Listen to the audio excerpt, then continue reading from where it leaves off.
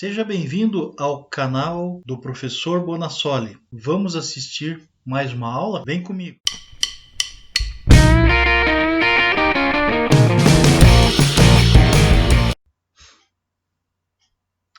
Sejam todos bem-vindos a mais uma aula de raciocínio matemático financeiro. Hoje nós estamos na aula 8 e o tema é regra de 3 e razão e proporção e regra de sociedade. Vamos começar com a regra de 3 simples. A regra de 3 é usada nas situações de proporcionalidade utilizando de 3 valores dados para o cálculo do quarto valor.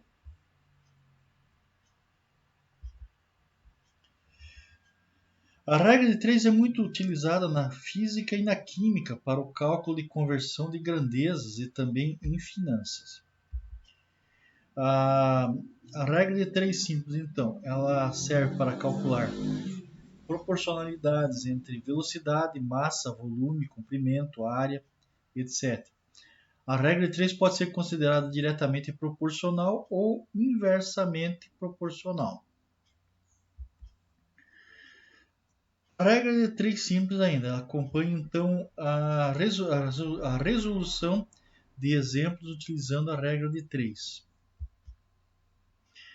Eu tenho aqui o exemplo 1, um exercício do tipo tradicional, vamos dizer assim. Um pintor utilizou 18 litros de tinta para pintar 60 metros de parede. A pergunta é: quantos litros de tinta serão necessários para pintar 450 metros quadrados, nas mesmas condições? Então, vamos relacionar os dados através de uma tabela. Nossa tabela nós temos assim: 18 litros, ele usou para fazer 60 metros. Acompanhe o mouse. 18 para fazer 60 metros. A pergunta é: o X, quantos litros para fazer 450? Nós temos que multiplicar cruzado, né? 18, 60, x igual a 450. Então, observe que quanto maior a área a ser pintada, maior será a quantidade de tinta. Então, podemos dizer que a regra de 3 é diretamente proporcional. Nesse caso, não invertemos os termos, multiplicamos cruzado. Então, veja a solução aqui. 60 vezes x igual a 18 vezes 450. Nós vamos ter 60x igual a 8.100. O 60 que estava aqui multiplicando x passa para o outro lado dividindo, sinal de divisão. Estou usando aqui os sinaizinhos do Excel, da planilha de cálculo.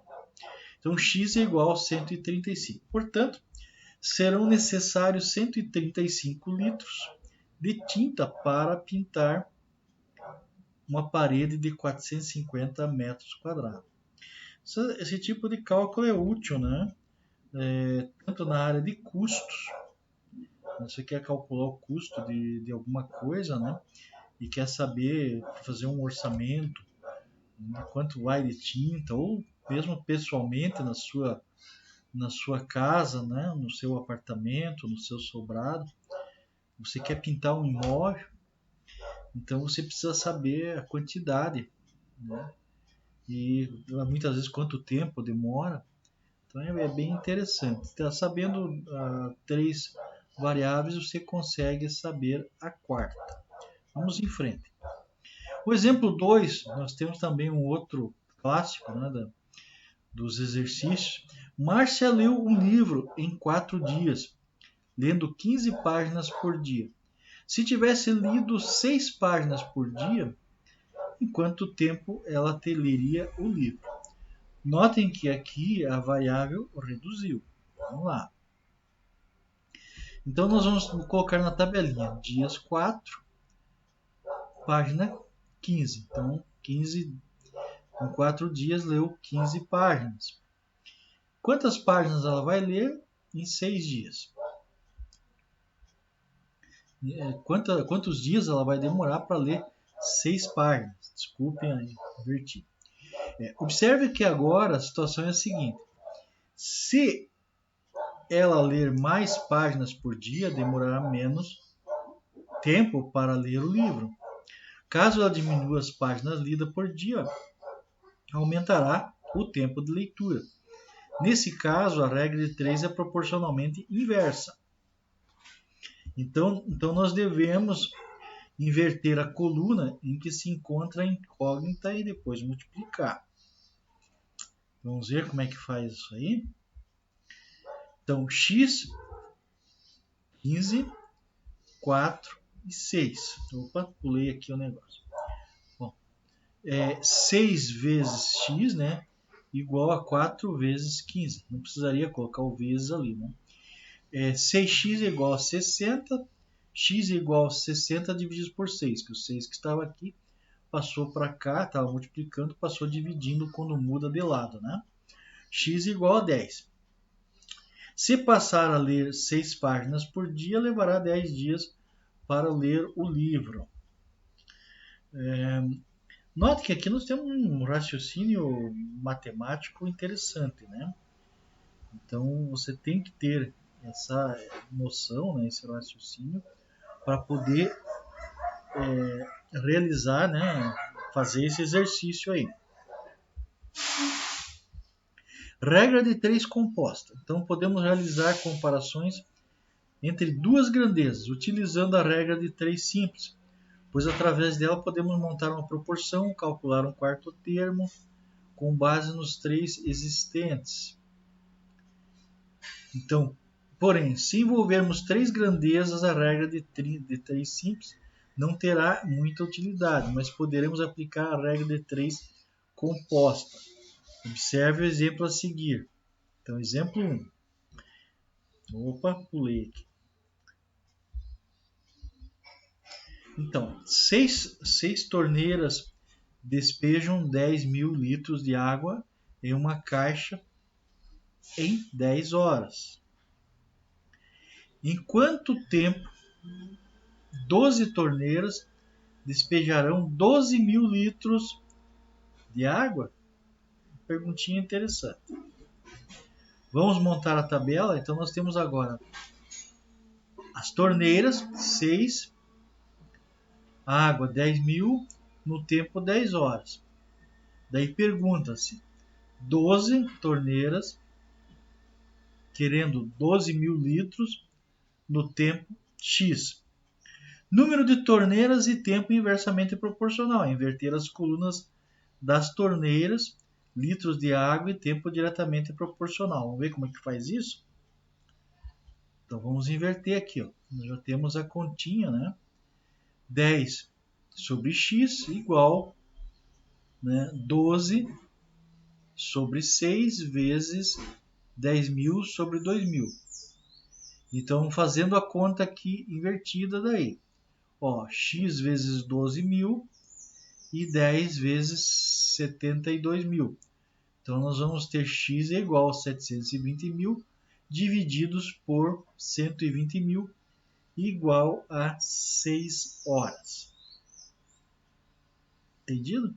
Então, vai demorar 6 horas para nós termos aí com 6 torneiras, com 12 torneiras, para encher 12.000 litros. Vamos agora para um outro exemplo, número 2 aqui. Então, usando um ferro elétrico, 1 hora por dia, hoje só tem exercício clássico aqui, né? Então, usando um ferro elétrico, 1 hora por dia, durante 20 dias, o consumo de energia será de 10 kWh. Se o mesmo ferro elétrico for usado 110 minutos por dia, durante 30 dias, qual será o consumo? Vai usar ferro elétrico assim, né? Vai passar muita roupa, né? 30 dias usando um ferro elétrico, né? 110 minutos é roupa pra caramba, hein? Vamos lá.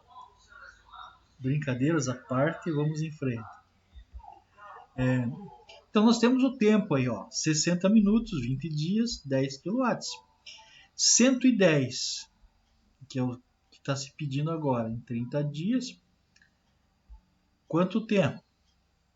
Quantos quilowatts-hora nós vamos gastar?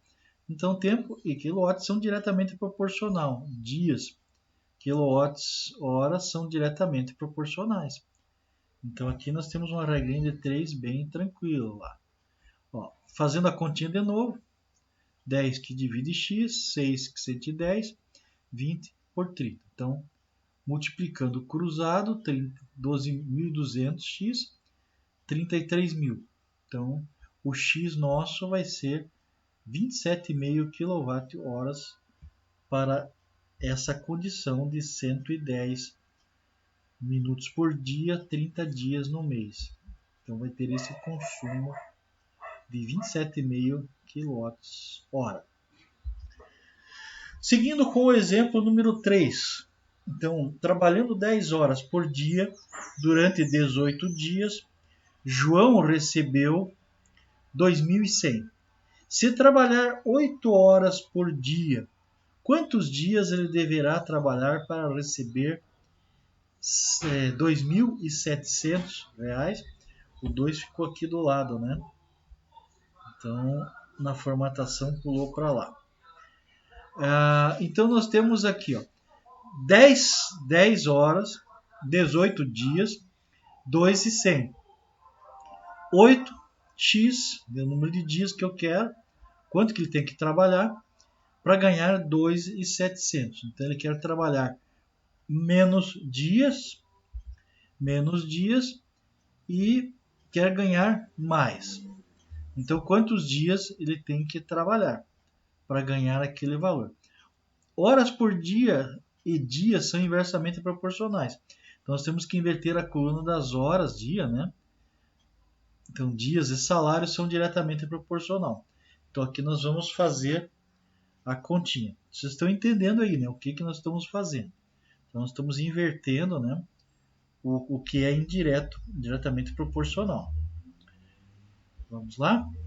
Então, montando o quadro de novo, nós vamos ter aqui que vai ser preciso 29 dias para que o João ganhe R$ 2.700 trabalhando menos tempo.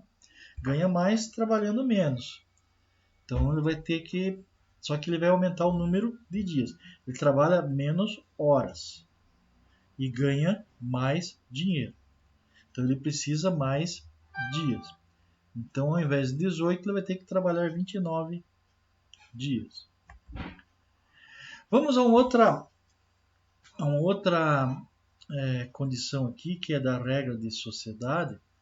Vamos falar da divisão, né? Então, a divisão proporcional, regra de sociedade.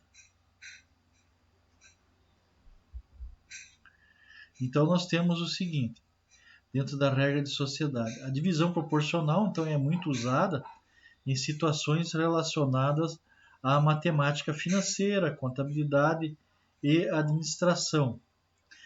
Na divisão de lucros e prejuízos proporcionais, né, dos valores investidos pelo sócio de uma determinada empresa, por grupos de investidores, em bancos de ações e contas bancárias, etc. Então, nós vamos ter o seguinte exemplo aqui.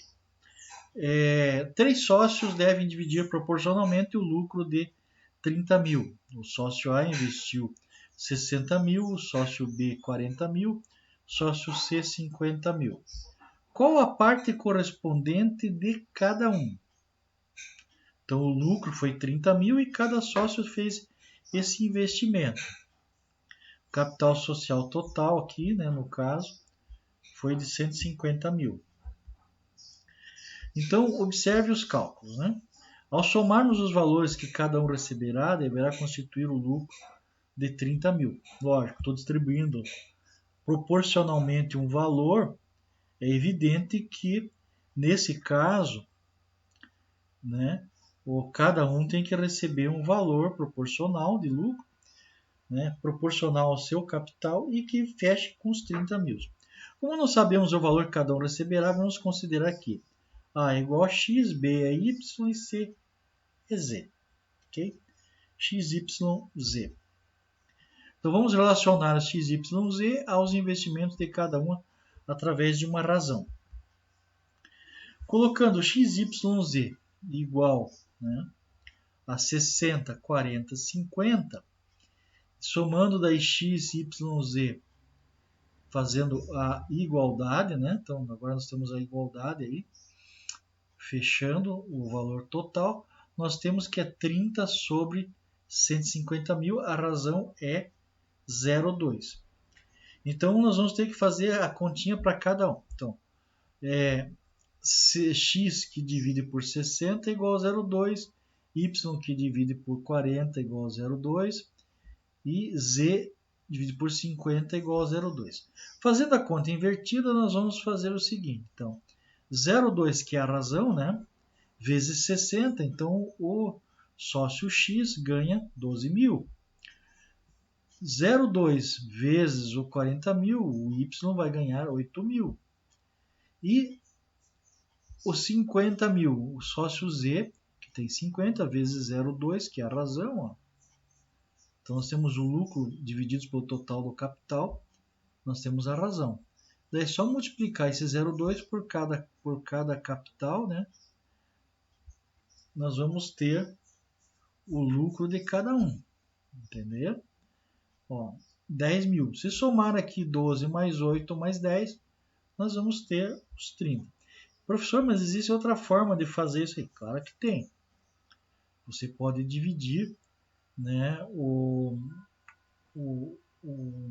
capital de cada um por 150 mil, você vai encontrar o percentual multiplicado pelo lucro e você vai encontrar os mesmos valores. Podem testar aí, que vai dar certo também.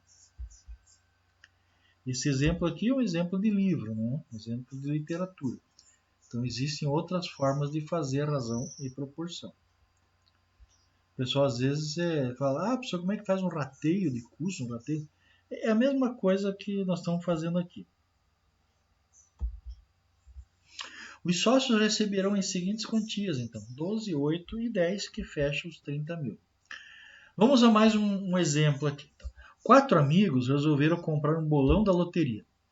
Cada um dos amigos deu a seguinte quantia. Então, Carlos deu R$5, Roberto 4, o Pedro tinha mais grana, investiu 8, e o João, tadinho do Joãozinho, R$3.003 só. Então, não tinha muita grana, rapou o pó do bolso para arriscar. E levaram sorte, né? Acabaram ganhando. Então, se eles ganharem, né? Se ganharem o prêmio de 500 mil, quanto receberá cada amigo, considerando que a divisão será proporcional à quantia que cada um investiu? É o mesmo exemplo lá do capital dos sócios, né? Só que agora nós temos o capital que cada um investiu. Vamos ver? Então, colocando da mesma forma que nós fizemos outro, então nós dividimos, né, o dinheiro, vai dar 25 mil. Agora vamos calcular a razão de cada um e vamos chegar à seguinte conta. Então, dos 500 mil, o sócio que investiu 5, o Carlos que investiu 5, vai ganhar 125. O sócio que investiu 4 vai ganhar 100 mil. O sócio que investiu 8 vai ganhar 200 mil. E o sócio que investiu, né, o Joãozinho, ó, se ele ganhar, vai ganhar uma boladinha boa, né? Com R$3 ele vai ganhar 75 mil. Olha a proporção que foi feito aqui. Então nós encontramos a razão que foi 25 mil. Então, é só multiplicar pelo dinheiro de cada um, nós temos aí a razão de cada valor, né? E a proporção de cada sócio. Então cada um vai receber 125, 100 e 200 e 75 que fecha com os 500 mil. Quem duvidar, soma, né? Pessoal, o papo tá bom, né? Nossa aula tá boa, mas chegamos ao final de mais uma aula. Então agradeço a atenção de vocês, muito obrigado e aguardem por exercícios, né? E por novas aulas que serão publicadas aí. Pessoal, até mais, ok?